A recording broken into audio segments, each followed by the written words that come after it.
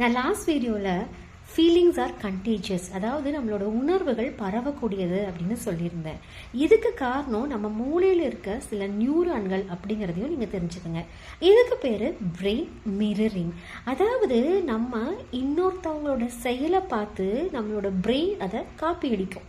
For example, ஒரு கிளாஸில் ரியா ஆரவ்னு 2 குழந்தைங்க இருந்தாங்க. ரியா அன்னைக்கு ரொம்ப சோகமாக இருந்தா. இதை கவனிச்ச ஆரவ் அவளை பார்த்து சிரிச்சான்.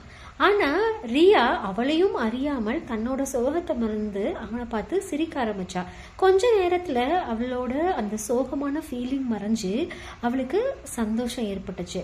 இதுக்கு காரணம் என்னன்னா, மற்றவங்களோட ஃபீலிங்ஸை நம்ம பார்க்கும்போது நம்மளோட பிரெயின் அதை காப்பி அடிக்கும்.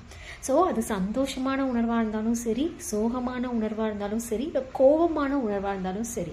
ஸோ நம்ம இன்னொருத்தவங்கிட்ட நம்மளோட உணர்வுகளை காட்டும் போது மேக்ஸிமம் நம்மளோட பாசிட்டிவான உணர்வுகளை வெளிப்படுத்தணும் அப்படின்னா நம்ம பிரெயின் அதை காப்பி அடிக்கும். ஸோ மற்றவங்களுக்கும் நம்ம பாசிட்டிவிட்டியை க்ரியேட் பண்ணுவோம், நம்மளும் பாசிட்டிவாக மாறுவோம். தேங்க்யூ.